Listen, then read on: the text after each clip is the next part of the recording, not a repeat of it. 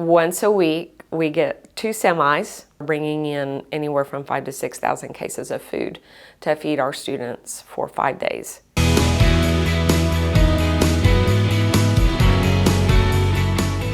Once the food gets to the site, the manager then plans her week. This is looking at the menu and making sure that we have all the options available, but also giving her staff the tools on how to execute that. Although supply chain issues have improved, we're still not out of the woods yet. Some of the items we're still having trouble procuring is lunch meat such as turkey, chicken, and then also our cheeses. A lot of those issues we don't know about until delivery, so menu changes have to be made, or even we didn't get enough for each site, so it might be an individualized site issue that has to change their menu. Most of the time our site has something in their inventory that would be a suitable substitute, or a site might need a different type of substitute, and our warehouse is great at getting those items to our sites when needed. You could compare us to some of your favorite restaurants. However, there are some key differences. One being our rush never ends. From breakfast to lunch, yes, we know how many students are coming through the line, but we don't have any of that downtime. And we have to plan our menus weeks in advance and plan for those variables such as field trips, is it flu season, and staffing needs.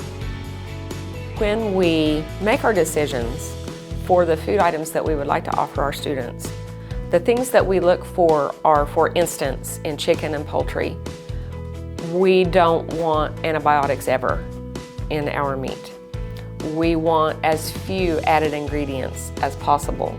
We purchase chicken that's already been shredded, beef that has already been cooked and crumbled, so that we can make some more scratch type items for our students without having to work with raw product.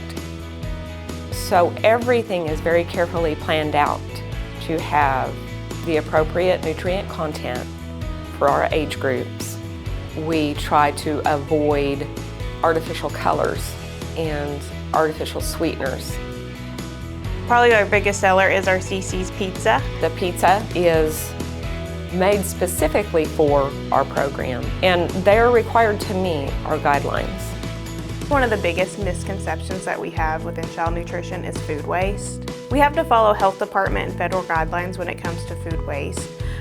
We have procedures that we have to follow when storing and reheating food and what has to be thrown away. While we try to keep waste to a minimum all the time, there's some circumstances that we can't control, such as food waste past that point of sale. Our regulations require us to serve a certain amount of things to a student and have them take it. Once it goes past that cashier, that is up to them to, one, eat the food or share with their friends. One of those federal requirements is that we have to keep records of what we serve. We can use this tool to benefit us by knowing how much to prepare next time when we serve that item. And if it's an item that the kids are not choosing, we can then discard that item and place it with another item on the menu. Enrollment at each site changes year to year, and what that population likes on the menu also changes year to year. So at the beginning of the year, that is a little more difficult to figure out, but once we're in the middle of the year, our managers typically know what our students like to eat at each site.